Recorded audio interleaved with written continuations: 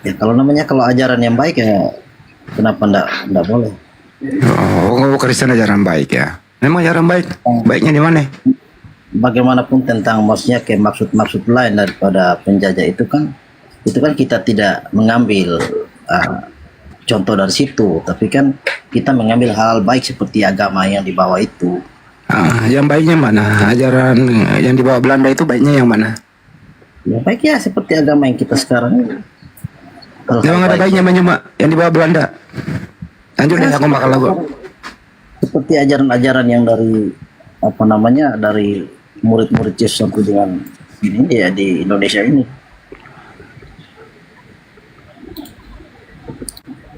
Yang baik itu yang mana, Bang? Kalau yang baik ya seperti ya ajaran Yesus tentang kasih apa segala macam itu.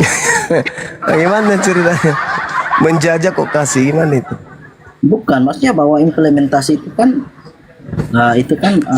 namanya hak setiap orang, dia mau implementasinya dalam kehidupannya atau tidak itu kan masing-masing orang gitu loh. Nggak semua harus dipaksa. Ya, maksudnya kasih yang dibawa Belanda itu yang mana? Kasih apa? Kasih pembunuhan, kasih anak jadi yatim, kasih ibu-ibu jadi janda gitu. Bukan. Menjajah, merampas, memperkosa, mengadu domba, menghancurkan pondok-pondok pesantren, membunuh para ulama, membunuh pribumi, itu kasihnya maksudnya. Artinya bahwa memang Belanda membawa agama Kristen, tapi perbuatannya menjajah, menghancurkan, membunuh apa segala macam kan bukan implementasi daripada agama yang dia bawa gitu loh. Ya, lalu bagaimana dia mengajarkan kasih kalau tugasnya kerjanya membunuh, merampas, merampok? Ya mengajarkan kasihnya di mana? Iya, misionaris yang kemudian kerjasama dengan Belanda. Iya, saya ngerti. Maksudnya gini, yang mau diperbudak oleh Belanda dikristenkan, yang tidak mau diperbudak dibunuh, kan gitu. Yang mengkristenkan, yang mengkristenkan para budak misionaris, ya toh, karena tidak mungkin dikristenkan yang melakukan perlawanan, tidak mungkin satu tempat ibadah orang yang melawan dengan Belanda. Yang dikristenkan misionaris adalah para budak-budak penjajah. Gini Bang, artinya bahwa bukan saja budak-budak yang dijajah atau apa, mau Kristen, mau Islam, mau apa. Ya budak lah, karena tidak mungkin Belanda yang bertani. Gak mungkin Belanda yang jadi peternak, gak mungkin Belanda yang kemudian jadi pelaut, nelayan cari ikan untuk penjajah, yang menjadi nelayannya Belanda, yang menjadi tukang cucinya Belanda, pemuas seksnya Belanda. Karena mereka prajurit Belanda itu tidak bawa istri, maka yang menjadi korban pribumi. Nah, pribumi yang mau tunduk di bawah kaki penjajah itulah yang dikristenkan oleh penjajah, paluka. Tapi mereka seperti kami ini punya kakek buyut, pejuang-pejuang yang kemudian ditorehkan catatan emas namanya oleh negara, itu tidak bisa dihantam oleh Belanda dan tidak mungkin kemudian dikristenkan oleh misionaris mereka. Yang dikristenkan itu adalah pemuas nafsu, tukang cuci piring, tukang cuci celana dalamnya Belanda, yang semer sepatunya Belanda, yang bersihkan gerejanya Belanda, yang cuci giginya Belanda, yang cebokin Belanda, itu yang dikristenkan oleh misionaris. Paham? Sampai sini paham? Kalau kami keturunan pejuang nggak mungkin. Nggak mungkin keturunan pejuang, nggak mungkin kami mau, nggak mungkin. Yang menjadi pengikutnya itu yang lap-lap pantatnya Belanda, itu yang Kristen, yang ikut dari agama penjajah, yang jadi hantaman misionaris, gitu Bang. Tidak ada. Kalau pejuang nggak mungkin. Cobalah suruh datang misionaris ke pejuang, kalau tidak dicabut giginya satu-satu. Yang dikristenkan oleh para misionaris itu adalah budak-budak penjajah. Makanya keturunannya mental-mental budak. Mental budak itu gimana kawan? Kalau dia minoritas datang sopan sama kita tuh, itu budak itu begitu. Kalau dia ke majikan, iya pak, iya, itu di depan majikan. Tapi kalau di belakang majikan kurang ajar, sontoloyo. Itu mental penjajah itu gitu tuh. Udah dikasih tempat, udah dikasih ruang baik-baik, kerjanya cuma merusak, kerjanya hanya nyerang-nyerang. Gitu. Bahkan tentara itu kalau keturunan budak Belanda tentara, dia suka kalau negara ini hancur. Dia suka kalau negara ini ada intimidasi dari barat. Oh, suka kali dia. Itu mental-mental budaknya Belanda tuh. Kalau misalnya ada dari luar negara asing yang mencaplok negara Indonesia ini, tepuk tangan, hatinya senang sekali kalau Indonesia ini hancur. Nah, itu budak penjajah itu. Itu keturunan lontenya Belanda itu yang kayak gitu tuh. Gitu, Bang. Ya, bahwa bukan yang pejuang-pejuang itu bukan hanya dari Islam, tapi juga dari agama lain juga punya andil dalam Ya, perlawanan. memang betul, memang betul. Pejuang kemerdekaan tidak semuanya Islam, tapi semua penjajah Iya. 100% bukan Islam. Memang betul itu, Bang. Sekarang begini, Belanda datang ke Indonesia 350 tahun. Tidak mungkin dia ngetik sendiri kan? Tidak mungkin dia 501 terus kan? Tidak mungkin. Pasti dia ingin melampiaskan kepada wanita. Wanita mana sementara mereka tidak bawa istri? Ya, pribumi.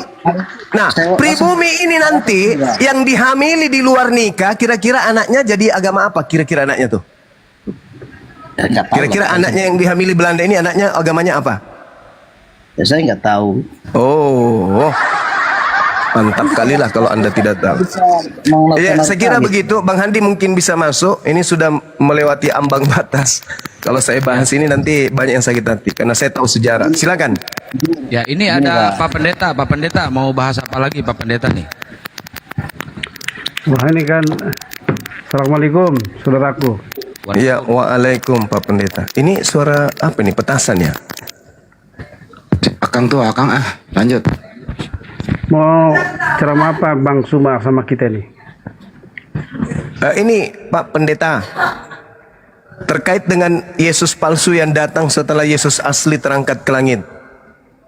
Apakah materi sekolah Anda sebagai pendeta itu sampai ke sana atau tidak sampai, atau sampai tapi pura-pura tidak tahu? Maksudnya Yesus yang asli, Yesus yang palsu yang mana? Yesus yang palsu yang memiliki banyak pengikut. Kalau yang asli kan cuma Bani Israel saja. Dari mana ayatnya itu ya? Matius 24, satu perikop. Intinya ada di poin-poin nomor 4, nomor 5. Matius 24 apa itu? Pendeta bertanya. Matius 24, nomor 4, nomor 5, saudara.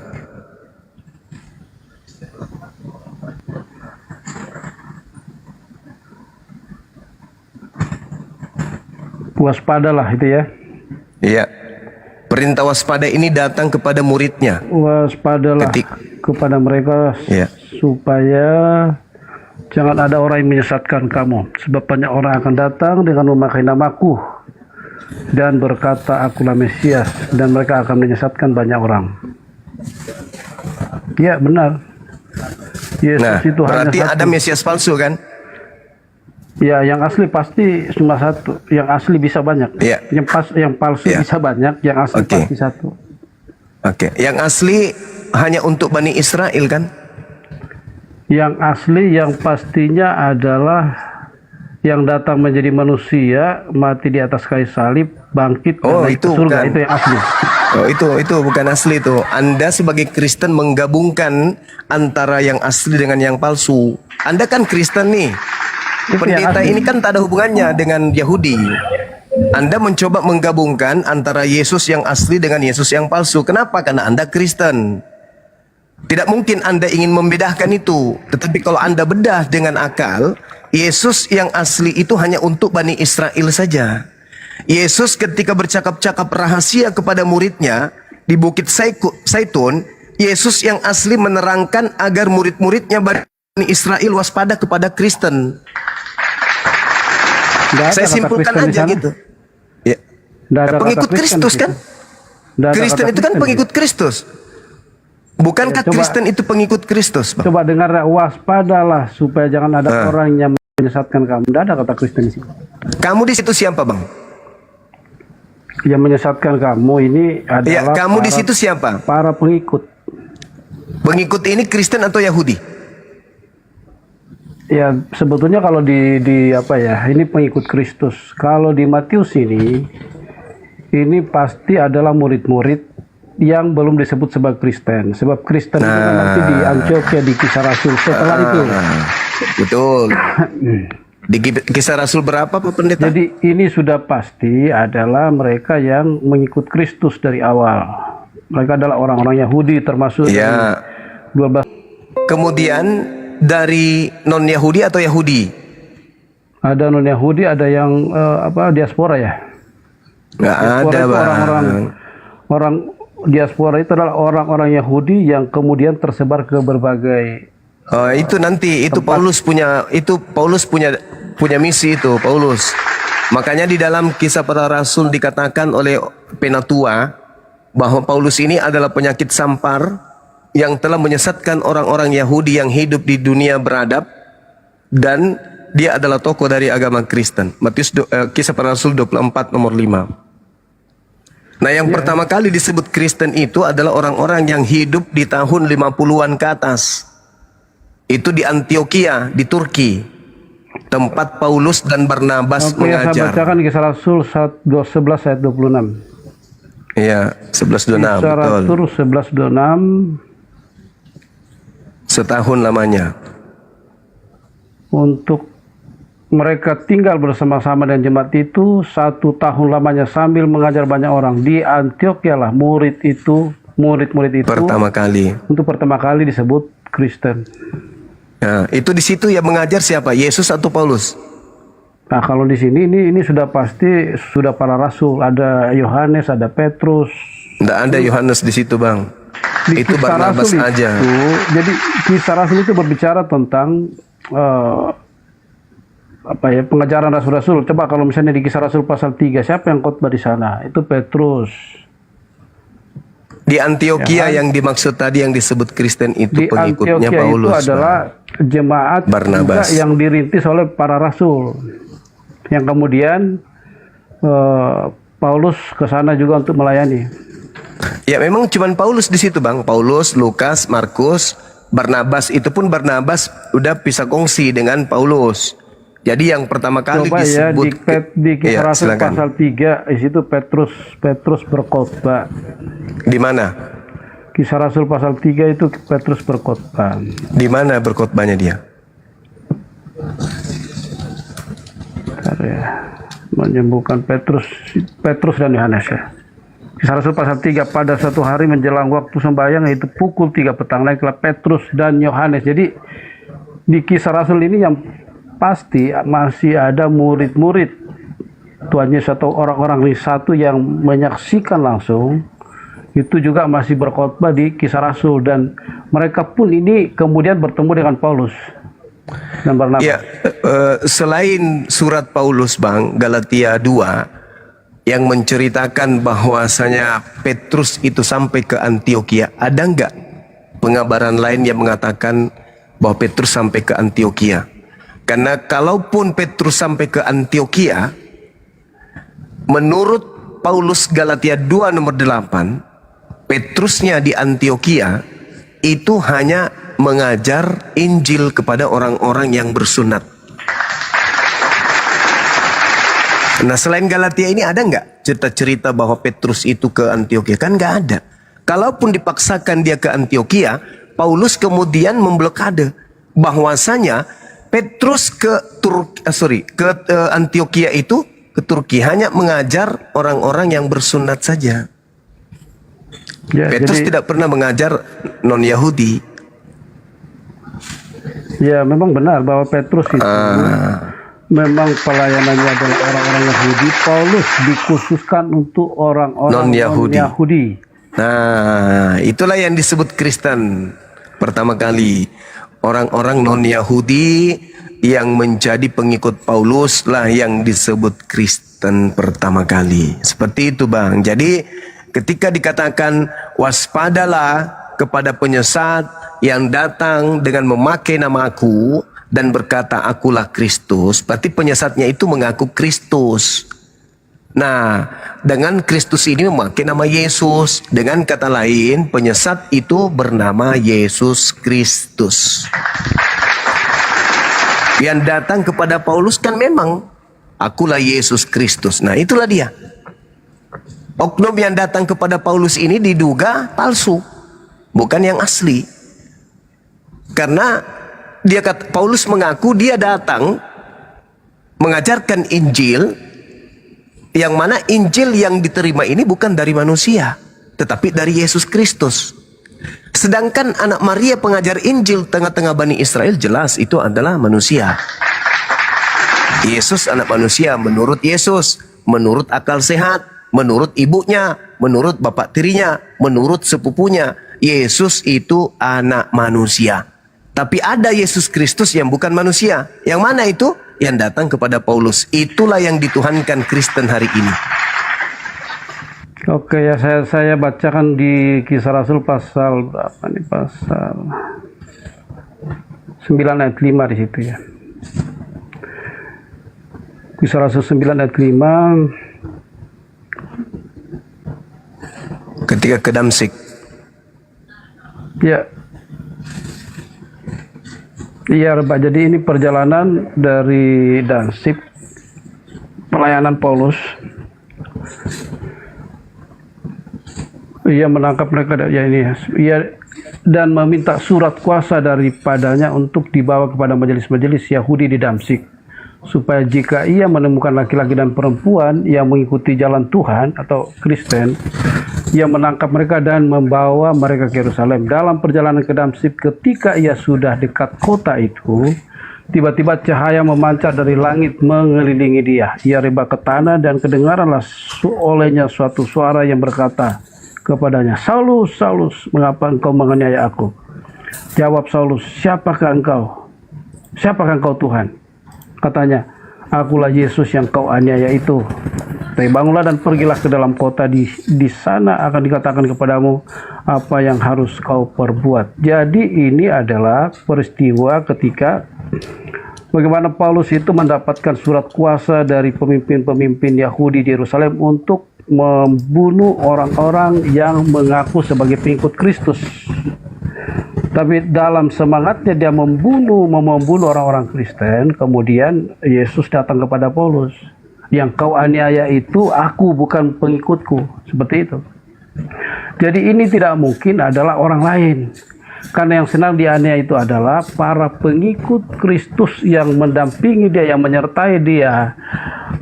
Termasuk diantaranya ada 500 orang yang mengantar dia naik ke surga. Mereka-mereka inilah yang tersebar, mereka-mereka inilah yang dianiaya.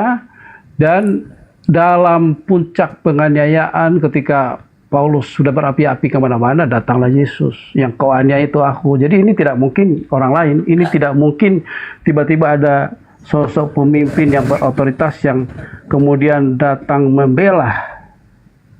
Kalau bukan Yesus yang telah mati, yang telah naik ke surga, yang disalibkan itu. Oke. Itu maksudnya. Baik. Coba kita konsentrasi di dalam Matius 24. Ketika Yesus duduk di Bukit Zaitun, murid-muridnya datang bercakap-cakap secara rahasia kepada Yesus. Muridnya bertanya, Matius berapa itu? Matius 24 nomor 3.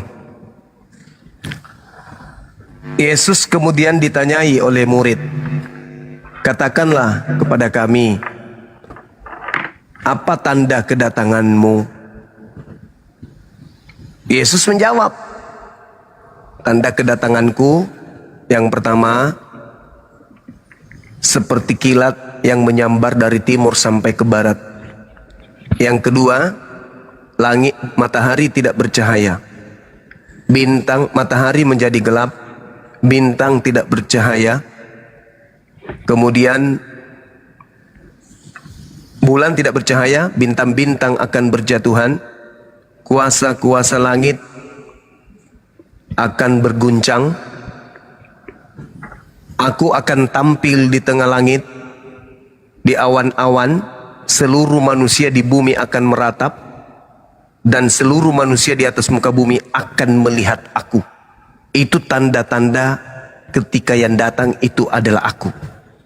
Jadi ketika ada yang berkata kepadamu, ada Yesus di padang gurun, ada Yesus dalam bilik, jangan kau percaya, itu bukan aku. Sebab kedatanganku nanti diiringi oleh tanda-tanda tersebut. Kalau aku yang datang, maka tanda-tanda itu menyertai. Apa itu? Matahari tidak bercahaya, alias gelap. Bulan tidak bercahaya. Itu ditulis di mana? Di Matius 24 yang sama, di data nomor 27 sampai data nomor 30. Sekarang pertanyaannya, yang Anda katakan Yesus asli yang datang kepada Paulus.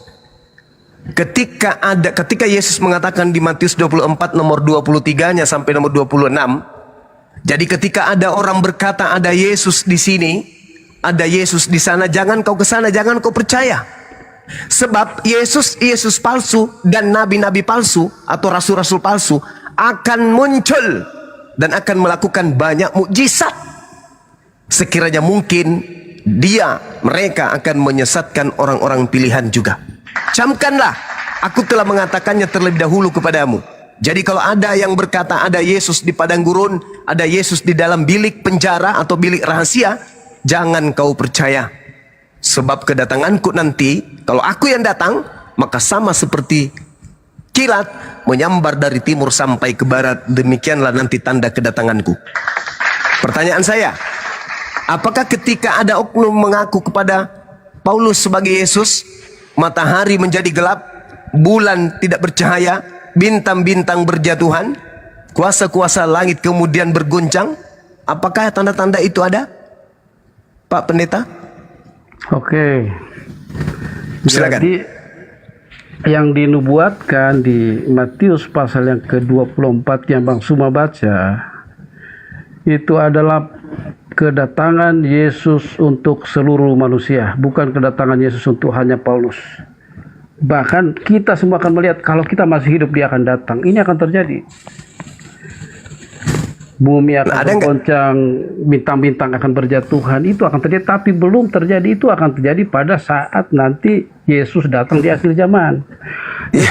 Yang pertemuan pernyataan Paulus dengan Yesus itu hanya pernyataan secara pribadi dalam rangka untuk memilih Paulus secara khusus untuk menjadi utusan bagi bangsa-bangsa di luar Yahudi.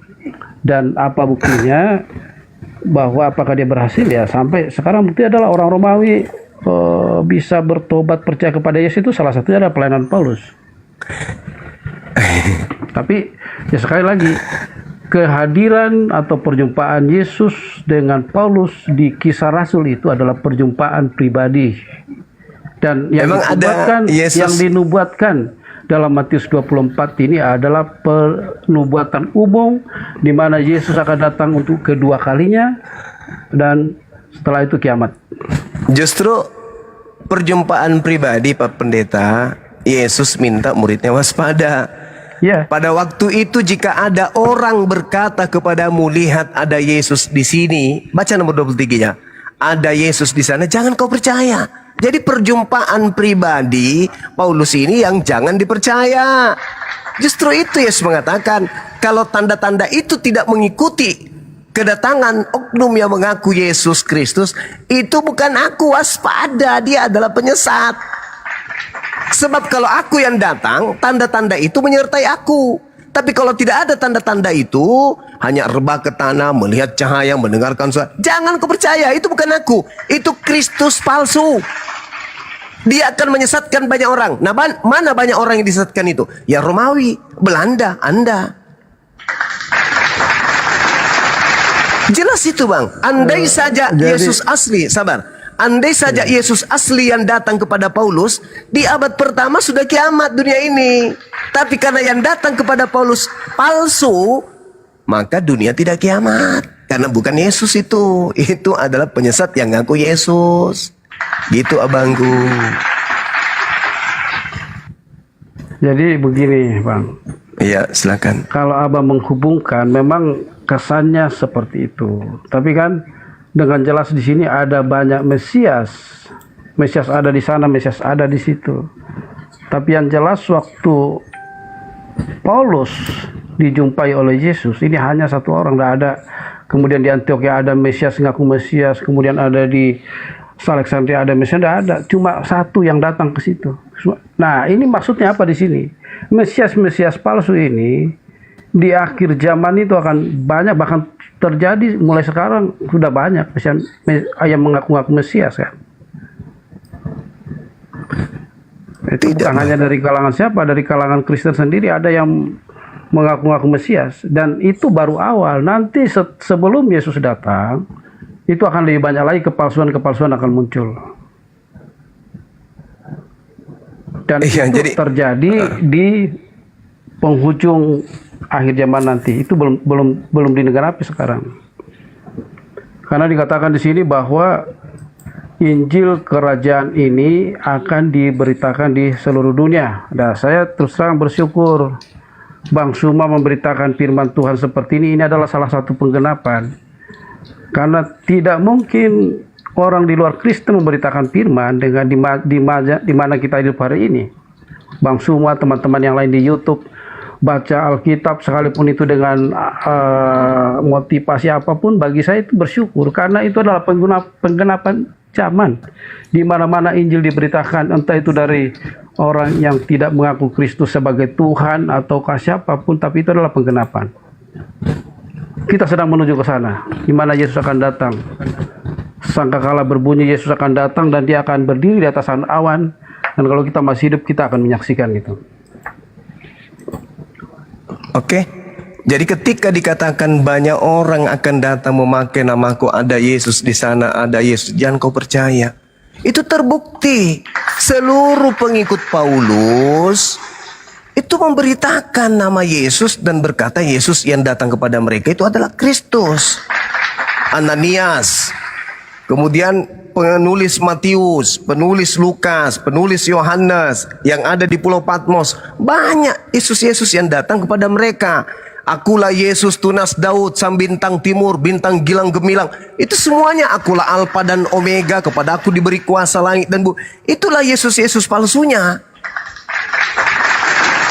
Termasuk murtadin-murtadin ini. Ngaku bertemu Yesus pada saat mereka haji, pada saat mereka umroh, pada saat mereka tahajud. Itu sedang bertemu dengan Kristus-Kristus palsu itu. Jadi, andai saja yang datang kepada Paulus itu adalah Yesus asli, maka kiamat di abad pertama. Karena tanda-tanda kedatangan Yesus yang asli dibarengi dengan matahari menjadi gelap, bulan tidak bercahaya, bintang-bintang jatuh. Itu tanda-tanda kalau yang datang itu Yesus. Selain daripada tanda itu, hanya cahaya, rebah ke tanah, berbentuk rambut panjang, pakai jubah, bercahaya. Itu bukan Yesus. Itulah yang harus diwaspadai.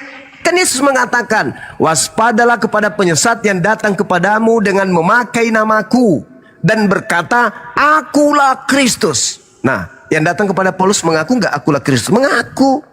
Jangan kau percaya. Bani Israel tidak percaya kepada Paulus. Makanya Kristen aja yang percaya. Kenapa? Karena Kristen tidak mengindahkan ucapan Yesus. Kenapa tidak mengindahkan? Karena Yesus berucap hanya untuk Bani Israel muridnya. Bukan berucap kepada Romawi. Romawi, ya paman, waspada kepada orang yang mengaku Yesus ya. Iya, tidak.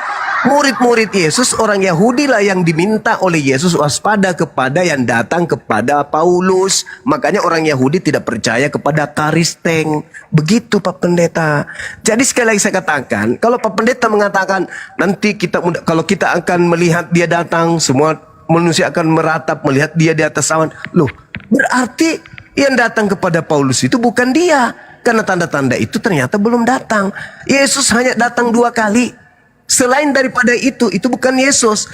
Kalau Yesus datang kedua kali dan kedatangannya kedua kalinya itu belum datang, berarti kedatangan keberapa yang datang kepada Paulus in the gang? Itu kedatangan ketiga rupanya. Lebih dulu ketiga daripada kedua. Tidak, Pak Pendeta. Kesimpulannya, yang datang kepada Paulus itu bukanlah Yesus anak Maria. Silakan. Jadi ini ya, jadi jangan dimaknai kedatangan perjumpaan Paulus dengan Yesus itu adalah pribadi Yesus yang ada di surga sekarang. tapi itu adalah penyataan dalam roh, ya. Jadi karena kita percaya Tritunggal, sehingga setiap Allah menyatakan diri hari ini kepada siapapun, maka itu pasti penampakannya dalam wujud atau gambar Yesus, termasuk kepada Yohanes itu, tapi gambar Yesus dalam spirit atau dalam kuasa Roh Kudus. Jadi itu pasti selalu akan interaksinya dengan manusia ini pasti selalu begitu. Jadi kepada siapapun Yesus akan memilih untuk dijadikan atau dipanggil khusus, dipilih secara khusus, seperti Paulus misalnya, maka itu akan penyataannya seperti itu. Misalnya Bang Suma bilang bahwa ya banyak kesaksian para murtadin sekarang yang dijumpai oleh sosok-sosok. Itu adalah penyataan dalam rohnya. Jadi ibaratnya begini Bang Suma gambarannya. Bang Suma di sana ada lampu, ya kan? Anda diterangi oleh lampu, ya kan? Tapi terang itu sendiri yang menerangi Bang Suma, bukan lampunya. Lampunya itu ada jauh dari Bang Suma. Ya sama seperti hari ini. Itu bukan Yesus bukan wujud Yesus yang disalib, tapi itu adalah penyataan dalam roh. Itu adalah spiritnya. Karena kalau Yesus sudah melangkahkan kakinya di dunia ini, ya tadi Bang Suma baca itu, ada matahari akan gelap gulita, kemudian bulan akan berjatuhan, bintang-bintang, kuasa-kuasa gelap langit akan goncang. Itu akan terjadi pasti kalau Yesus sendiri yang langsung melangkahkan kakinya ke dunia ini. Kalau bukan Siapakah Yesus, yang menjumpai Paulus? Siapakah yang menjumpai para murtadin? Itu adalah ibaratnya cahaya itu, terangnya itu yang datang ke mereka, bukan lampunya sendiri, bukan lampunya. Ya. Pak Pendeta, Itu gini Pak. kuasanya yang datang kepada Iya. mereka. Menurut Yesus sebelum dia terangkat ke langit, yang datang setelah dia kepada murid-muridnya itu siapa Bang? Nah kalau itu adalah pribadi orang-orang yang kemudian mengaku percaya Yesus, kemudian dia, ya misalnya begini ya, kami sekarang itu menghadapi yang namanya aliran sesat dari Korea, itu namanya aliran Shusenji. Pemimpinnya itu mengaku adalah Mesias hari ini, dan kemarin saya menghadapi mereka di pertemuan ini dan kita usir mereka. Itu salah satu contoh. Dan di belahan bumi yang lain pun ada orang-orang yang seperti itu sekarang mengaku adalah Mesias. Oke. Nah orang-orang seperti itu, jadi bukan Yesus yang itu adalah manusia seperti kita yang mengaku-ngaku sebagai Mesias. Oke, gini Pak Pendeta, Yesus berpesan kepada muridnya adalah lebih baik jikalau aku pergi, sebab jikalau aku tidak pergi maka penolong lain itu tidak akan datang. Pertanyaan saya, menurut Yesus, penolong yang datang setelah Yesus terangkat itu siapa? Yesus sendiri atau ada oknum lain? Oke, saya bacakannya siapa akan datang. Ya, Yohanes 16 nomor 7, nomor 8, nomor 9. Ya, itu di Yohanes sampai nomor 15. Teman-teman kan mungkin sudah baca di sana ya, tidak perlu saya bacakan. Adalah lebih baik jikalau aku pergi, sebab kalau aku tidak pergi, sang penghibur itu tidak akan datang. Siapa penghibur ini, Pak? Penghibur itu adalah pribadi Allah yang ketiga, itu roh hulula. Yang datang kepada Paulus siapa? Nah itu adalah Roh Kudus. Tapi jadi bukan Kudus, Yesus. Roh Kudus yang menyatakan dia. Jadi tidak bisa dipisahkan itu. Jadi langsung kena di sini, kena dia nih. Roh Kudus menyatakan diri kepada Paulus, tapi dalam dalam aku harus pergi sebab kalau Yesus ya.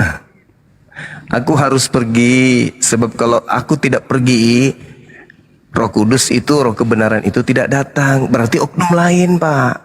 Yesus harus pergi supaya oknum lain itu datang. Nah, yang datang kepada Paulus siapa? Oknum lain atau Yesus sendiri? Pasti Yesus. Ya, katanya oknum lain, kata Yesus. Itu jadi Yesus dan Roh Kudus itu tidak terpisah. Jadi Di mana dalilnya, sekarang Pak? ini Di mana kuasa Roh dalilnya? Kudus berkarya. kuasa Roh Tolong Kudus. dalil, Pak.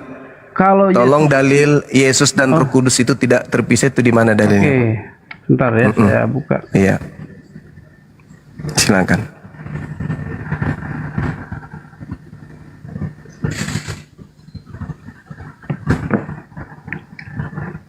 Ya, sambil lihat layar teman-teman ya. Ambil sebentar ya. Di Yohanes pasal yang ke 13.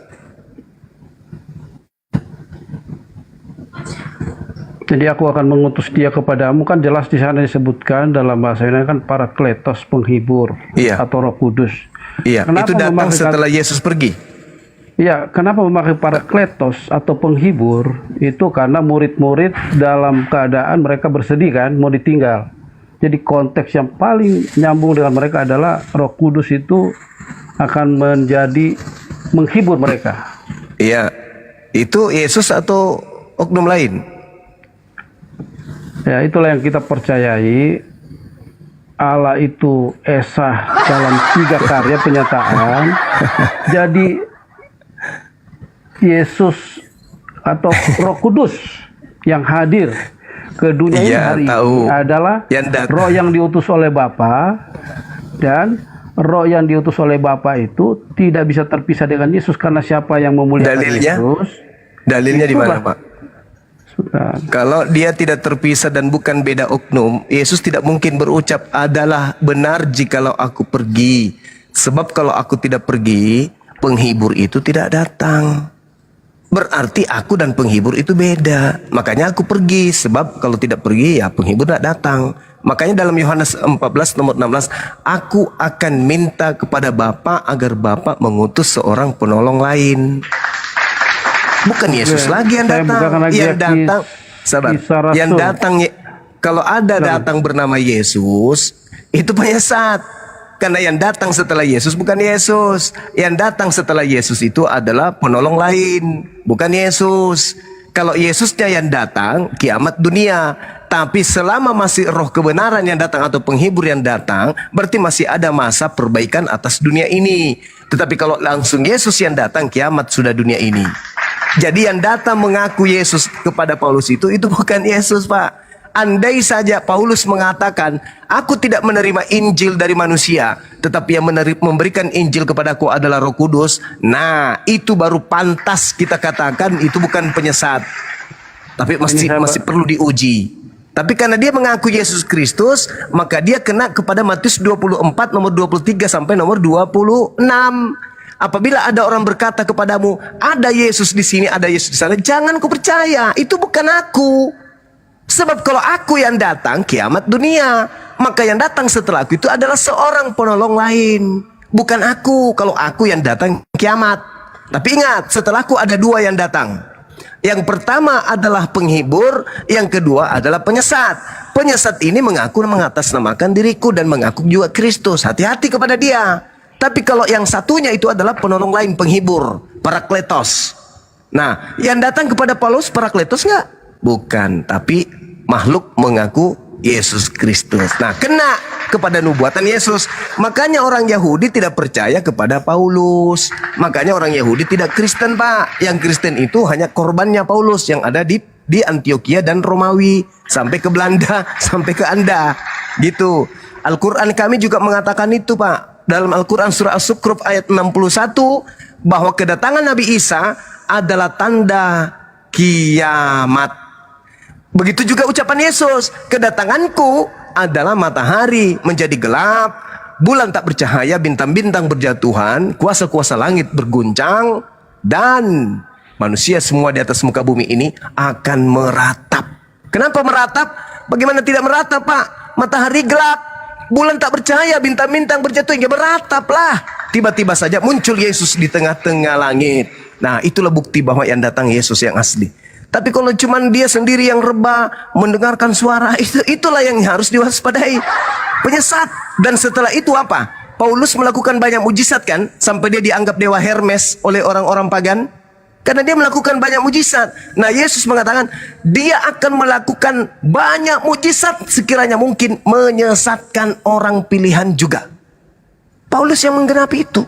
Karena setelah dia datang, kiamat dunia. Tapi kalau Yesus palsu yang datang, tidak kiamat, tetapi apa? Menyesatkan banyak orang. Pergilah ke seluruh dunia, jadikanlah seluruh bangsa menjadi muridku. Itu bukan anak Maria, Pak. Itu beda.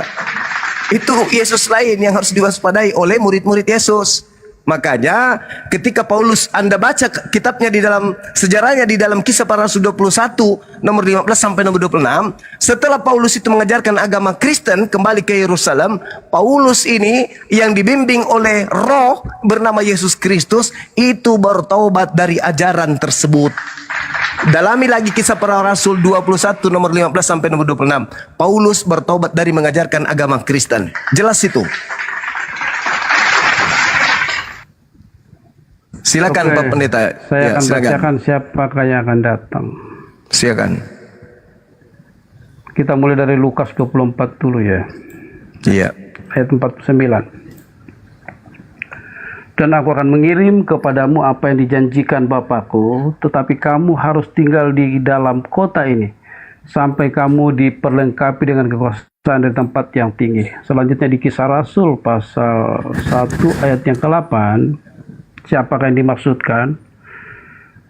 Kisah Rasul 1 ayat yang ke-8,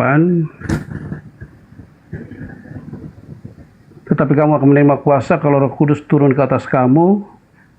Kemudian di Kisah Rasul pasal yang ke-2. Lanjutkan nomor 11-nya Pak. Di Kisah Rasul 1 nomor 11 lanjutkan. Oke, nomor 11. Iya. Nah, ini dia. Ayat 40. Pada suatu hari ketika ia makan bersama-sama dengan mereka, ia melarang mereka meninggalkan dosa dan menyuruh mereka. Ya, sebentar ya, 14. Kisah Rasul 1 nomor 11. Yesus yang kalian lihat kata malaikat.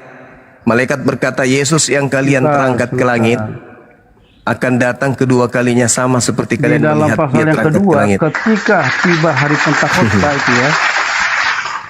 Kisah Rasul pasal ketika tiba hari Pentakosta, semua orang percaya berkumpul di satu tempat. Tiba-tiba turunlah dari langit suatu bunyi seperti tiupan angin keras yang memenuhi seluruh rumah di mana mereka duduk. Dan tampaklah kepada mereka lidah-lidah seperti nyala api yang bertebaran hingga pada mereka masing-masing. Maka penuhlah mereka dengan Roh Kudus. Jadi itulah pribadi yang datang setelah Yesus naik ke surga. Itulah pribadi itu. Ya, itu Lalu mereka mulai ngaku berkata-kata Yesus dalam kan? bahasa lain seperti Itu yang nggak ngaku diberitakan Yesus kan? oleh Roh itu kepada mereka untuk jadi Penyesatnya yang ngaku Yesus Kristus penyesat. Kalau yang datang di Pantekosta itu kan tidak ngaku Yesus, Pak. Yang datang Roh Kudus kan. Nah, sementara Yesus mewanti-wanti kalau ada yang ngaku Yesus Kristus. Itu yang terjadi di Paulus. Orang-orang yang kedatangan Roh Kudus di Pantekosta itu, kejadian itu di Kisah Para Rasul 3 yang Anda bacakan itu tidak pergi ke seluruh dunia untuk mengajarkan Yesus untuk disembah. Tidak. Paulus ini loh yang mengaku bertemu dengan Yesus. Sedangkan Yesusnya menasihati muridnya adalah lebih baik jika aku pergi. Sebab kalau aku tidak pergi, penghibur itu tidak akan datang. Tetapi ketika aku pergi, maka penghibur itu akan datang. Berarti ketika aku pergi yang datang siapa? Bukan Yesus. Tapi ketika aku pergi ternyata yang datang apa? Yesus. Kepada siapa? Paulus. Nah, berkaitan dengan Yesus yang datang setelah dia terangkat tapi tidak diikuti tanda-tanda kiamat, kata Yesus, jangan kamu percaya. Sebab penyesat itu lihai. Bukti kelahiannya, kata Yesus dalam Matius 24 nomor 5, dia akan menyesatkan banyak orang. Berarti pengikut Kristus itu akan banyak. Nah, satu-satunya kandidat di atas muka bumi ini yang ditengarai diduga pengikut Kristus adalah Kristen. Mereka kurang lebih 2 miliar, Pak. Karena memang Yesus mengatakan akan menyesatkan banyak orang. Ada nggak tanda-tanda itu datang ketika Yesus mengaku datang kepada Paulus? Tak ada. Berarti kata Yesus kepada muridnya, waspada. Kalau Bapak Pendeta tidak waspada, wajar. Kenapa? Karena Yesus hanya berpesan kepada Bani Israel, bukan kepada Kristen. Kristen ini muncul belakangan yang kemudian justru menjadi pengikut Yesus yang datang kepada Paulus, yang justru orang angkatan pertama waspada kepada Yesus Kristus yang datang kepada Paulus tersebut. Begitu Pak. Kalau kita mau jujur-jujuran terhadap data, maka ya jangan gengsi mengakui bahwa memang Yesus datang kedua kalinya diikuti dengan tanda-tanda tersebut. Dengan kata lain, kalau tidak ada tanda itu, maka siapapun dia, mau Paulus ke, Petrus ke, Matius ke, kalau tidak ada tanda-tanda itu bukan Yesus.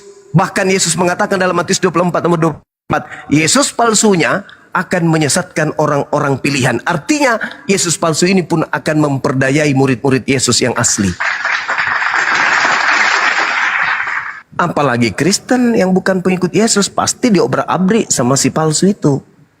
Gitu kawan. Makanya Pak Pendeta, kalau kita melihat nih ya dari kacamata akal sehat, seperti Kristen perpuluhan itu kan hanya untuk suku Lewi. Kenapa kemudian dilakoni oleh Kristen? Ya karena Kristen ini dihantarkan oleh Yesus Kristus yang datang kepada Paulus tadi. Gitu loh. Kenapa Kristen kemudian berbeda ajarannya dengan Yesus anak Maria? Ya itu tadi, karena yang mengajarkan Kristen ini bukan Yesus anak Maria, tetapi Yesus lain. Kenapa mereka percaya diri? Mengatakan mereka anak-anak Tuhan. Ya itu tadi. Karena yang datang kepada Paulus itu adalah penguasa alam gelap. Penguasa bumi. Penguasa alam maut yang datang kepada Paulus itu. Makanya Yesus mengatakan di dalam Yohanes 14 nomor 30. Apa kata Yesus kemudian di sana? Di data nomor 14-nya. Tidak lama lagi aku berkata-kata kepadamu, sebab penguasa dunia telah datang. Dan sedikit pun dia tidak berkuasa atas diriku. Begitu juga di dalam Yohanes 12 nomor 31. Apa dikatakan? Dunia ini akan segera dihakimi. Disebabkan karena penguasa dunia akan dilemparkan keluar. Keluar dari mana? Keluar dari kubur. Itulah yang bangkit pada hari ketiga. Yang Anda bacakan tadi Lukas 24. Tapi kalau Anda melihat di dalam Lukas 24, Anda mundur ke data nomor 37-nya. Murid-murid Yesus kaget karena mengira melihat setan. Saking oknum yang muncul ini, saking tidak ingin dikatakan setan oleh muridnya Yesus, adakah di antara kalian yang punya makanan? Nah, dikasih ikan goreng dan sedikit madu. Supaya murid-muridnya percaya bahwa itu adalah Yesus. Padahal nonsen, itu bukan Yesus, Pak. Kedatangan Yesus itu ditandai dengan tanda-tanda langit. Jatuh bintangnya, berjatuhan hancurkan dunia ini. Selama itu tidak terjadi, mau 1 miliar pun oknum mengaku berupa cahaya, berupa suara, berupa tokek, berupa apapun itu, kalau tidak ada tanda-tanda itu, hanya mengaku akulah Yesus, akulah Yesus. Jangan percaya, Pak. Itu kata Yesus. Simple sebenarnya. Cuman kan, ya silakan. Saya jawab ya. Jadi Silakan. apa yang teman-teman perspektifkan bahwa kehadiran Yesus yang sejak Roh Kudus tercurah di Yerusalem ketika para murid berkumpul, sejak saat itulah maka Yesus menyatakan diri dalam pribadi yang ketiga, yaitu dalam roh. Sehingga justru itu meneguhkan siapapun yang coba mengaku-ngaku bahwa dia adalah Yesus, itu tidak mungkin kalau tidak disertai dengan Roh Kudus. Jadi kalau misalnya ada oknum-oknum siapapun yang mengaku bahwa dia adalah Mesias, itu sudah pasti palsu kalau tidak disertai dengan kuasa Roh Hulullah atau Roh Kudus. Nah, tapi pribadi Yesus yang menyatakan diri kepada Paulus, dan juga ada banyak orang-orang yang kemudian teman-teman katakan bahwa mereka adalah para murtadin, itu adalah penyataan Yesus dalam kuasa Roh Kudus. Jadi bukan Yesus yang pribadi Yesus itu bukan, tapi kuasanya. Yang tadi saya bilang, seperti kita diterangi lampu hari ini, bukan lampunya yang terangnya yang menerangi kita, lampunya sendiri ada di atas sana. Seperti itu, Bang. Ya, kan Yesus mengatakan kalau ada yang berkata ada Yesus di sini, jangan kau percaya. Nah, sekarang seorang murtadin ditanya, kenapa kamu murtad? Karena pada saat aku di rumah lagi sholat tahajud, aku bertemu dengan sosok yang mengaku Yesus, bercahaya, pakai jubah putih, rambutnya panjang, matanya mengkilap dan seterusnya. Lah, itu kan sama halnya dia berkata, ada Yesus di sini, ada Yesus di rumahku. Nah, nasihat Yesus jangan kau percaya. Begitu juga ketika Paulus mengatakan dia rebah ke tanah lalu terdengar suara dari langit. Kan sama halnya dia mengatakan, aku bertemu dengan Yesus dalam rupa cahaya. Aku bertemu Yesus dalam rupa suara. Apa kata Yesus? Jangan kau percaya. Itu bukan aku.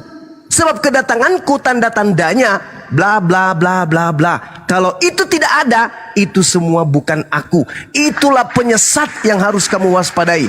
Dan penyesat yang datang itu adalah sangat sakti. Kenapa dia sakti? Karena dia mampu menyesatkan banyak orang. Bahkan bukan hanya banyak orang, bahkan orang-orang pilihan pun disesatkan oleh oknum tersebut. Jadi Yesus mengatakan, tanda-tanda kedatanganku, matahari menjadi gelap. Paulus ada enggak tanda-tanda itu? Kepada murtadin ada enggak tanda-tanda itu? Tidak ada. Nah, sekarang alasan Pak Pendeta, memang bukan Yesus yang datang. Ya sudah, berarti bukan Yesus.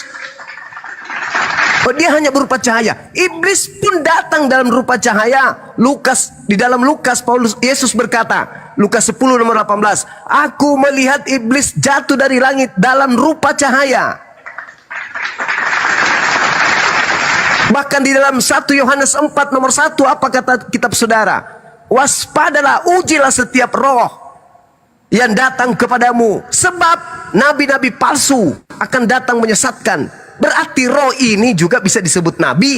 Kenapa? Karena mereka menerima pengajaran dari roh yang lain yang bukan dari Tuhan. Makanya orang Kristen itu diajarin apa, Pak? Menyembah roh kan? Bukankah roh itu makhluk halus, Pak? Iya kan? Sadar nggak di situ, Pak Pendeta? Saya jawab ya. Silakan. Saya sepakat bahwa Yesus, pribadi Yesus, yang adalah pribadi Tritunggal itu belum datang. Yang datang itu adalah rohnya. Mantap ya. Nah, dan kenapa dia selalu bahwa rohnya itu pasti datang dalam menyerupai Yesus? Justru supaya tidak ada pemalsuan, karena di dunia ini kan ada banyak roh. Bisa roh dari pohon beringin, roh dari kuburan, roh dari ada banyak roh-roh. Kita ini dikelilingi oleh berbagai macam roh. Saya keluar rumah saya ini, di depan pohon itu katanya ada roh. Itulah yang membedakan. Kalau roh-roh yang penyesat, roh-roh yang palsu itu pasti tidak datang dalam wujud Yesus. Tapi kalau roh yang benar, roh yang memuliakan Yesus, pasti dia akan menjumpai seseorang siapapun.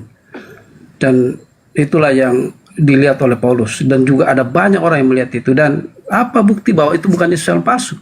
Semua orang yang melihat itu tidak pernah memuliakan Yesus yang lain. Tapi mereka selalu memuliakan Yesus yang dari Nazaret, yang mati di atas kayu salib, kemudian naik ke surga dan ada di surga sekarang. Tidak pernah mereka memuji Yesus yang lain. Pasti hanya satu. Jadi gini, Pak. Yesus berkata di dalam Matius 12, angkatan jahat ini minta satu tanda. Angkatan jahat loh, Pak, yang disebut. Dan tidak akan diberikan satu tanda apapun kecuali anak manusia akan keluar dari kubur pada hari ketiga. Itu tanda untuk siapa itu? Itu tanda untuk angkatan jahat. Jadi kalau Anda memuliakan penyaliban, bangkit pada hari ketiga, Anda angkatan jahat. Itu satu. Yang kedua, coba Anda baca di dalam data selanjutnya di Matius 12 itu. Ada orang bertaubat dari kaum Farisi, ahli Taurat. Bertaubat dia dari membunuh. Lalu kemudian bersih, iblisnya keluar ketika dia bertobat. Tapi iblis yang keluar ini kembali kepada oknum yang bertobat ini. Bahkan bukan hanya kembali sendiri, dia mengajak 7 roh yang jauh lebih jahat dari dirinya untuk masuk kepada oknum Farisi yang bertaubat tadi. Dan setelah 8 setan masuk ke dalam dirinya, dia lebih jahat daripada hanya sekedar membunuh jasad. Pada saat 8 roh masuk ke dalam dirinya, kejahatannya itu bukan hanya membunuh jasad saja, tapi membunuh akal sehat. Kalau ada orang membunuh jasad itu tidak seberapa, Pak. Tapi kalau dia mampu membunuh akal manusia sampai orang itu gila permanen, dan apa yang dia gilakan itu bukan cuma 2 orang tapi miliaran orang, itu adalah penjahat yang sangat-sangat kejam. Itu fakta, dalil di Bible yang mengatakan itu. Makanya kami umat Islam diperintah oleh Rasulullah, jangan kau terima Bible itu dan jangan pula kau tolak. Kenapa demikian? Karena di dalamnya ada pelajaran. Ini pelajarannya untuk umat Islam. Kami belajar tentang Bible dan uraian-uraian Al-Quran itu jelas tentang sikap, perbuatan, ciri khas, tipikal karakter orang-orang yang disesatkan kemudian, yang menganggap bahwa Nabi Isa alaihissalam itu mati menebus dosa-dosa manusia, yang menganggap bahwa Nabi Isa itu disalibkan dan seterusnya. Padahal Yesus sendiri di dalam Bible milik orang Kristen dikatakan angkatan jahat ini minta satu tanda dan tidak akan diberikan satu tanda apapun selain tanda Yunus, sebab Yunus 3 hari 3 malam dalam perut ikan, demikian juga anak manusia 3 hari 3 malam dalam perut bumi. Artinya pada hari ketiga Yunus keluar dari perut bumi, perut ikan. Artinya manusia yang dikuburkan keluar dari goa pada hari ketiga. Itu tanda siapa? Itu tanda untuk angkatan jahat. Anda menggaungkan kebangkitan, Anda angkatan jahat. Anda menggaungkan Paulus bertobat. Justru pertobatannya Paulus dari membunuh murid Yesus, setelahnya dia bukan lagi bertobat, dia kerasukan 8 setan. Saya tidak mengada-ngada, Pak. Saya membaca Bible. Saya ini meskipun saya tidak sekolah pendeta, saya bukan lulusan STT, tetapi kalau berbicara mengenai Bible, saya tidak ada tendensi uang. Saya tidak ada tendensi dogma dan doktrin. Saya bebas menggunakan akal sehat saya yang diberikan Tuhan saya kepada saya untuk membaca, menilai, dan melihat apa yang ada di dalam Bible Bapak itu sendiri. Coba Anda lihat di dalam Matius 12 nomor 43. Setelah diterangkan mengenai angkatan jahat. Angkatan jahat ini kemudian apabila roh jahat keluar dari dirinya, maka roh jahatnya itu roh jahatnya ini kemudian mengembara di padang tandus. Nah, kemudian roh jahat ini tidak menemukan tempat, maka roh jahat kembali kepada orang yang bertaubat tadi. Lalu kemudian memanggil roh jahat yang lainnya masuk ke tempat yang bertaubat tadi. Apa kata Yesus? Demikian juga akan berlaku atas angkatan jahat ini. Dari mana kemudian Kristus mendapatkan penebusan dosa dengan menggunakan manusia sebagai tumbal di atas salib? Dari mana? Dari Paulus. Siapa yang membisikkan Paulus? Ia makhluk roh halus tadi yang ngaku Yesus itu. Yesus ada nggak mengajarkan nebus dosa pakai manusia? Nggak ada. Baca Matius 8 nomor 4. Yesus berkata kepada muridnya, pergilah engkau, perlihatkanlah dirimu kepada imam. Persembahkanlah persembahan yang diperintahkan oleh Nabi Musa alaihissalam kepadamu. Apa yang diperintahkan oleh Nabi Musa? Korban hewan. Imamat 1 nomor 2. Katakan kepada orang Israel, apabila mereka hendak mempersembahkan kurban persembahan penebusan dosa kepada Elohim, kepada Tuhan, hendaklah mereka mempersembahkan hewan ternak, domba, kambing, sapi, lembu. Tak ada manusia, Pak. Tak ada manusia menebus dosa. Hanya makhluk ngaku Yesus yang datang kepada Paulus, yang kemudian mengajarkan penebusan dosa menggunakan darah manusia. Padahal di dalam Imamat 11 nomor 18 nomor 21, Tuhan sendiri mengatakan, jangan engkau mempersembahkan anak manusia kepada dewa Molok.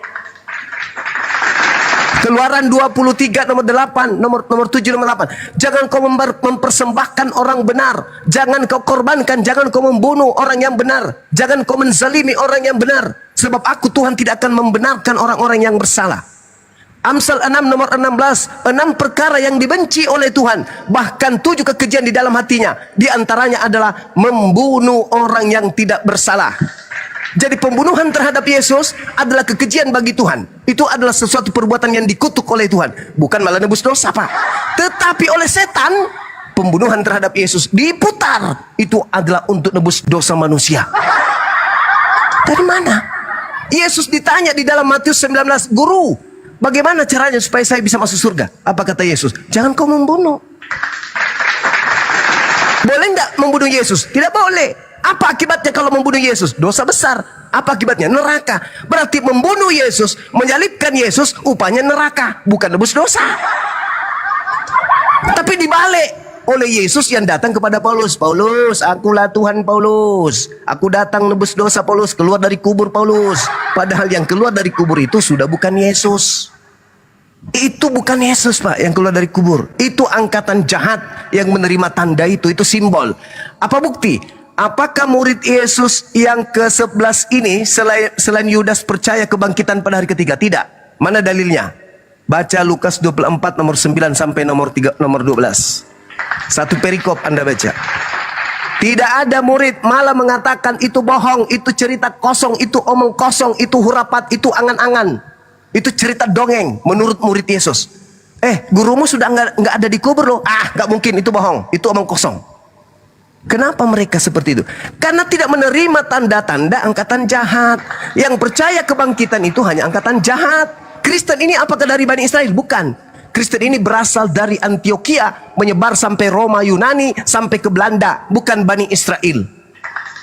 Mereka ikut siapa? Ikut murid-murid Yesus yang tidak percaya kebangkitan pada hari ketiga?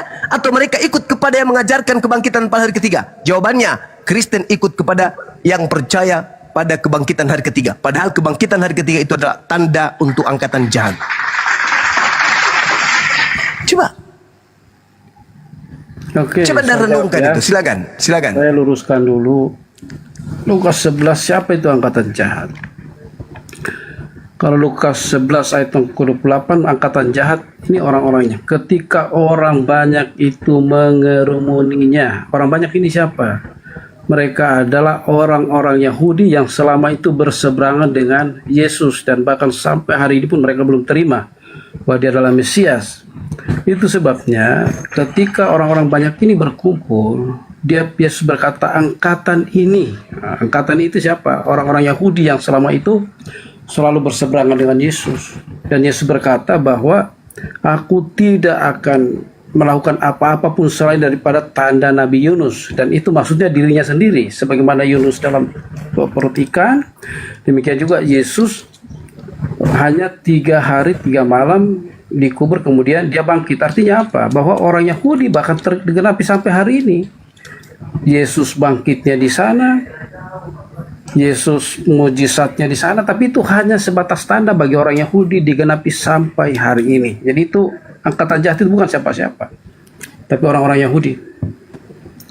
Yang lainnya bahwa tentang penebusan, justru itu kenapa kita orang Kristen kemudian masih memakai kitab Taurat? Karena penebusan Kristus itu tidak terlepas daripada spiritual atau penyembahan-penyembahan yang dilakukan oleh ritual agama yang dilakukan oleh orang-orang Yahudi. Kenapa? Yesus ini kan datang sebagai orang Yahudi, sehingga apapun yang menyangkut tentang Yesus ketika ada di dunia ini, secara spiritualnya itu harus menggenapi dan sama dengan orang-orang Yahudi. Apa yang digenapi oleh Yesus sebelum Taurat? Bahwa penyembahan-penyembahan, korban-korban bakaran, kemudian pencurahan darah itu tidak ada lagi. Tapi bagi orang Yahudi kan mereka tidak terima. Sampai hari ini pun mereka masih, korban-korban itu masih berlangsung. Padahal Yesus bilang, aku sudah datang menggenapi. Kalian tidak perlu ada lagi korban darah. Tidak perlu lagi ada sembelihan. Sebab aku sudah datang menggenapinya. Darahkulah yang menjadi tebusan. Karena tidak mungkin darah binatang itu bisa menghapuskan dosa seluruh umat manusia. Kecuali darah anak domba Allah. Itu sebabnya kenapa Yesus digelar sebagai anak domba Allah. Bahkan kelahirannya pun sampai dia harus lahir di tempat domba, kemudian di Migdal Eder. Di Migdal Eder itulah tempat di mana orang-orang Yahudi dari dulu memelihara domba-domba untuk dipersembahkan di Bait Allah. Dan Yesus menggenapi sebagai anak domba Allah. Dia lahir di Migdal Eder itu untuk menjadi korban sebagai anak domba Allah yang menggantikan dan menghapus dosa dunia. Jadi kalau misalnya tadi Bang Suma menarasikan bahwa kenapa harus darah manusia, bahkan ini bukan darah manusia biasa, tapi darah anak domba Allah, darah Kristus, darah anak Allah sendiri yang kita percaya sebagai dia adalah anak Allah, datangnya dari Allah. Karena itulah yang bisa menghapuskan Dosa manusia itulah yang sempurna bisa menghapuskan dosa, termasuk dosa Bang Suma. Kalau saudara Bang Suma percaya, dan semua yang ada di sini, termasuk kita semua. Dan tidak mungkin darah binatang, tapi darah ilahi sendiri dalam Kristus Yesus yang dikorbankan, sehingga itu memenuhi syarat. Syarat itulah yang darah itulah yang memenuhi syarat untuk menghapuskan dosa dunia. Nah, dari mana pengorbanan itu? Pengorbanan itu tidak serta-merta terjadi tanpa ada dasarnya. Itu dasarnya mulai dari Taman Eden. Bagaimana ketika Adam dan Hawa jatuh ke dalam dosa, dan kemudian untuk menutupi ketelanjangan mereka, kemudian Allah sendiri memotong binatang untuk memakaikan kulit domba kepada Adam dan Hawa. Dan itu adalah gambaran, itu adalah proto-evangelium. Gambar prototipe penebusan yang kemudian digenapi oleh Yesus. Oke, silakan. Oke, iya baik. Jadi gini Pak, saya bacakan satu data ya. 2 Tawarik 7:14. Dan umatku yang atasnya namaku disebut merendahkan diri, berdoa dan mencari wajahku, lalu berbalik dari jalan-jalannya yang jahat, maka aku akan mendengarkan mereka dari surga dan mengampuni dosa mereka dari surga. Lalu buat apa dia turun? Ini akal-akalan Yesus Kristus yang datang kepada Paulus. Kemudian Anda baca Yeremia 31 Pak. Endingnya di antara 31 sampai nomor 34. Aku akan mengadakan perjanjian baru kepada Bani Israel, yaitu aku akan memasukkan hukum Taurat ke dalam batin setiap Bani Israel dan Bani Yehuda. Nomor 34-nya, dengarkan. Dan tidak usah lagi orang mengajar sesamanya atau mengajar saudaranya dengan mengatakan, kenallah Tuhan, sebab mereka semua besar kecil akan mengenal aku. Demikianlah firman Tuhan, sebab aku Tuhan akan mengampuni kesalahan mereka dan tidak lagi mengingat-ingat dosa mereka. Lalu buat apa turun Pak jadi bayi mati digantung? Ini ajaran dari Yesus Kristus yang dibisikkan kepada Paulus. Orang Yahudi tamat tentang penebusan dosa itu Pak. Itu karangan-karangan yang muncul belakangan. Adam mewariskan dosa. Mana dalilnya Pak Adam mewariskan dosa? Itu hanya karangan Yesus Kristus palsu kepada Paulus dalam Roma 5 nomor 12. Gak ada itu Pak, dosa-dosa diwariskan gak ada. Yang ada bohong yang diwariskan. Jadi bukan dosa waris tapi bohong waris. Kalian hanya mewariskan kebohongan kepada keturunan kalian Pak. Tidak ada itu. Coba tunjukkan datanya. Di mana Adam mewariskan dosa kepada manusia? Ada nggak dalilnya? Tidak ada Pak. Satu dalil pun tak ada. Selain karangan Roma, karangan Paulus. Setelah menerima bisikan dari makhluk yang ngaku Yesus Kristus. Supaya apa? Supaya orang... Ya silakan Anda tunjukkan. Saya jawab dulu ya. Silakan. Teman-teman sambil lihat layar tembusin sampai 1 M ya, biar komalnya kuat. Saya jawab dulu tentang Yehezkel itu ya. Nubuatan Yehezkel. Kemudian di dalam 2 Tawarik tadi 7 ayat 14, dan umatku yang atasnya namaku disebut merendahkan diri. Nah itu kan adalah ritual-ritual yang dilakukan oleh orang Yahudi. Bagaimana mereka kemudian beribadah kepada Allah dan Tuhan hadir. Mulai dari mereka keluar dari tanah Mesir, kemudian menyertai sampai ke tanah Kanaan, itu adalah kehadiran Allah. Tapi bangsa Israel ini tegar tengkuk. Nah, karena itu sebetulnya justru kita bersyukur di luar bangsa Israel. Seandainya bangsa Israel itu benar-benar menjadi orang-orang yang taat berserah penuh, maka mereka lah akan jadi bangsa pilihan. Mereka akan menjajah kita secara spiritual. Tapi karena bangsa Israel itu gagal, tidak memenuhi syarat, tegar tengkuk, sekalipun mereka sudah disertai dengan tiang awan, tiang api, mujizat terjadi, laut terbelah, kemudian bagaimana Allah membela mereka ketika keluar dari Mesir dengan tanda-tanda ajaib, mujizat-mujizat yang luar biasa, itu pun tidak membuat mereka untuk mempercayai Allah, berserah penuh kepada Allah. Mereka tetap menolak, mereka tetap tegar tengkuk, mereka bersungut-sungut. Nah, sehingga bangsa pilihan itu tidak jadi bagi bangsa Israel. Nah, karena itu ada perjanjian baru di Yehezkel pasal yang ke-37 itu. Aku akan mengadakan perjanjian baru dengan umatku, rohku akan tinggal di dalam mereka, ya kan? Sehingga mereka tidak lagi diajar oleh orang lain, tapi di dalam roh mereka itu akan tertulis loh atau firman Allah. Dan itu digenapi oleh Kristus setelah dia disalibkan, kemudian naik ke surga, dia mengirim Roh Kudusnya, dan orang-orang yang dipenuhi dengan Roh Kudus itu sekarang, dan dari sejak Kisah Rasul sampai hari ini, itulah yang digenapi. Bukan lagi orang Israel yang bagaimanapun juga dengan Tauratnya itu, tapi orang-orang yang menerima roh itu. Yang kedua, yang tadi adalah yang tadi saya ceritakan itu ya, di Kisah Rasul digenapi. Habis ini Rasul, mungkin lanjut ya. TikTokan aja, Yang- Guru Nda. Yang selanjutnya Bang Suma tentang dosa waris. Ya, ini pendapat kami ya. Apa bukti bahwa dosa itu diwariskan? Itu ya. Ketika manusia jatuh dalam dosa, saya tidak tahu apakah sama dengan konsep kitab teman-teman di Al-Quran, tapi di Bible dengan jelas bahwa setelah manusia jatuh ke dalam dosa, maka yang terjadi pertama adalah ada kutukan terhadap si ular. Kemudian untuk manusia adalah terjadi permusuhan antara keturunan perempuan dengan setan atau iblis. Itu sebabnya kenapa Yesus itu harus lahir dari seorang perempuan, itu digenapi dengan nubuat itu. Dan apa bukti bahwa dosa warisan itu ada? Perempuan akan melahirkan dengan susah payah, dan sampai hari ini kan tidak ada yang sambil jalan-jalan ke mall melahirkan sambil tersenyum, tidak ada yang karena itu kutukan dari sana. Yang ketiga adalah kenapa kita harus bersusah-susah sampai hari ini? Malam-malam begini kita masih ngobrol seperti ini, kan harusnya tidak perlu begini. Kita besok berangkat pagi-pagi, subuh pulang paling bawa penghasilan berapa, itu kenapa? Kutukan dari sana yang menjalar. Bukankah sebelum manusia dalam dosa sudah disiapkan? Adam tinggal mau pilih apa, mau ngambil apa. Bahkan ketika di Taman Eden Tuhan menyiapkan semua, Allah menyiapkan semua. Tapi setelah jatuh dalam dosa, Adam bersusah payah untuk mencari rezeki, dan itu pun ditularkan kepada kita sampai hari ini. Dan yang terakhir adalah tentang dosa kematian. Bukan kematian secara fisik saja, karena memang kita sedang menuju kepada kematian secara fisik, tapi itu kematian secara spiritual.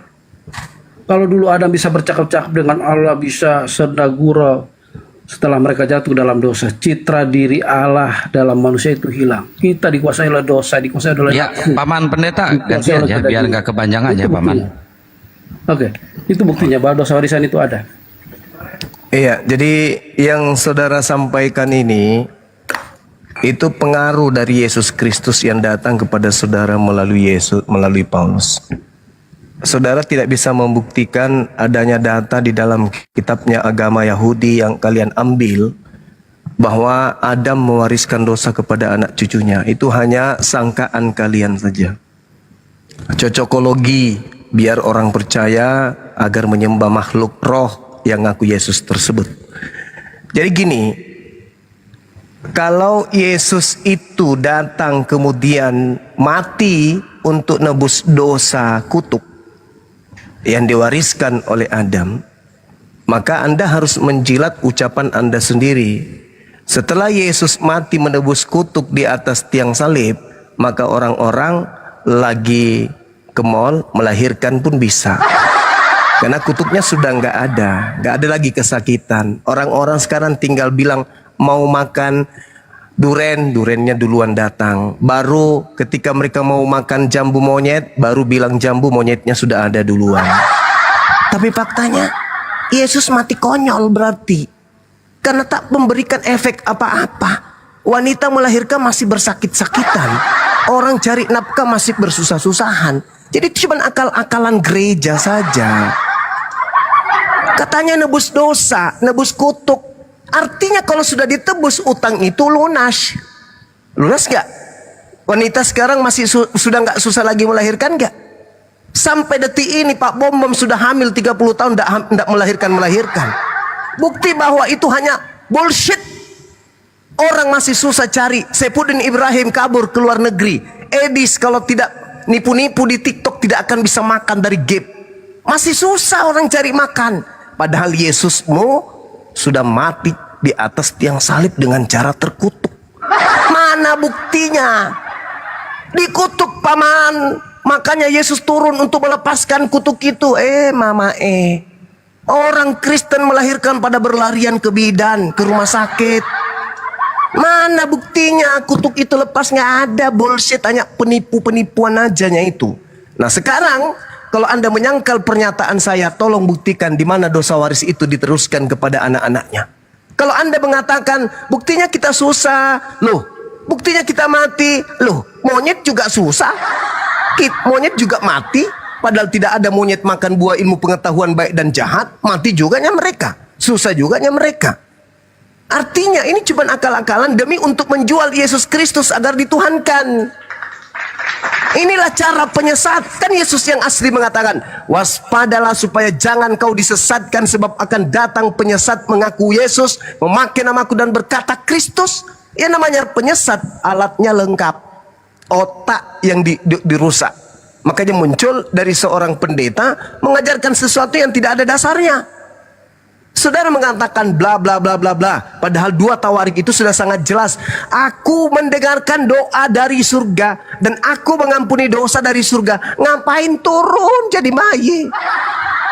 Tidak ada itu Pak Pendeta. Mohon maaf nih, saya sudah ngantuk jadi saya ajak Bapak untuk bercanda. Tidak ada itu Pak. Yang Anda usung itu hanya misi dari Yesus Kristus yang datang kepada Paulus agar dipercayai. Maaf. Ya, jualan Anda itu bagi kami enggak laku. Itu tidak masuk akal dan tidak didukung oleh dalil. Silakan. 2 Tawarik 3:14 itu kan tidak terjadi. Umatku yang atasnya namaku disebut merendahkan diri. Karena apa? Buktinya apa? Tidak terjadi.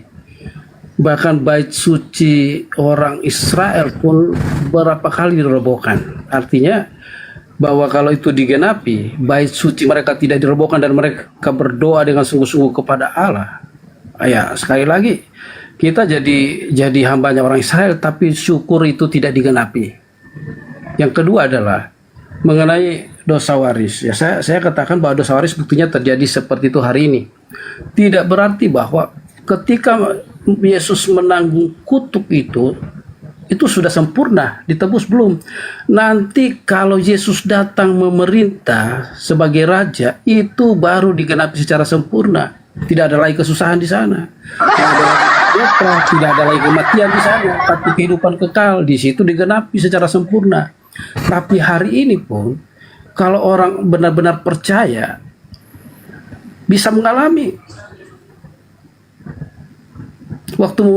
Kalau benar-benar percaya dan yakin, bisa mengalami janji itu.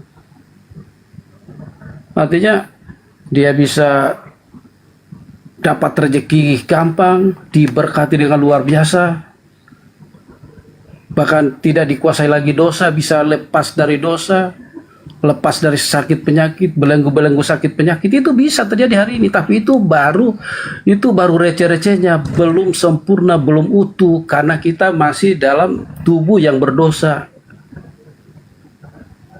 Nanti setelah kita tubuh yang berdosa ini digantikan dengan tubuh kemuliaan, baru di situ digenapi secara sempurna apa yang dijanjikan oleh Yesus di atas kayu salib, pengorbanannya di atas kayu salib.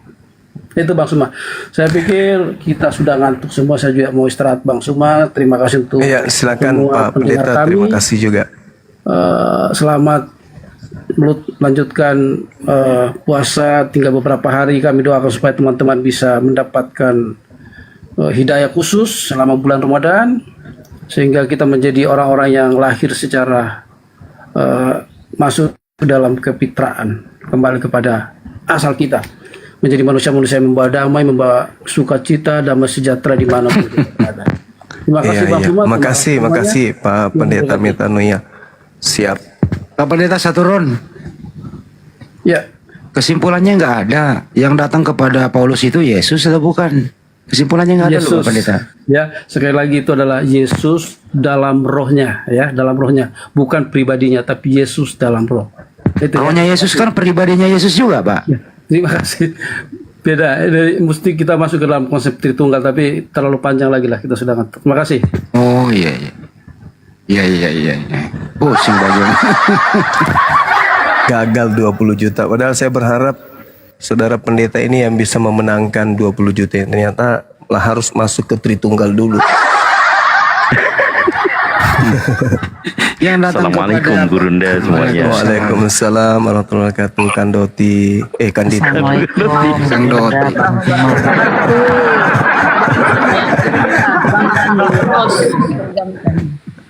Yang datang Bunda Mila, Assalamualaikum. Entar dulu, yang datang kepada Paulus adalah Yesus, tapi pribadi rohnya ke Tritunggal. Ini jawaban apa ini, Banyuma? Ya itu nggak jadi 20 juta. Udah zong kita dibuat ngantuk malahan.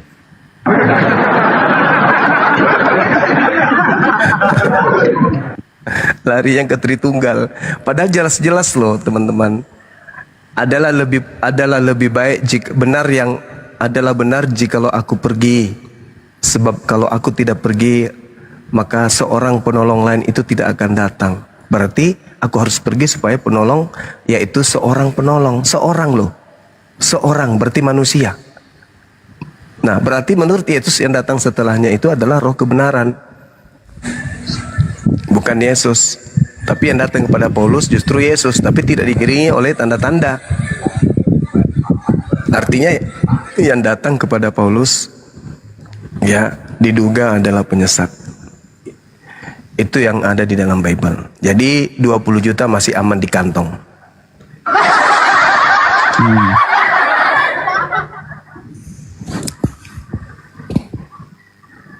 Silakan teman-teman.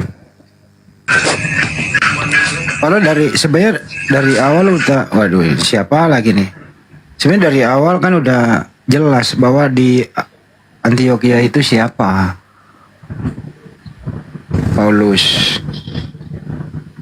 Oke, izin kita promosi dulu akun Bunda Mila ya. Teman-teman yang di atas, izin Gurunda.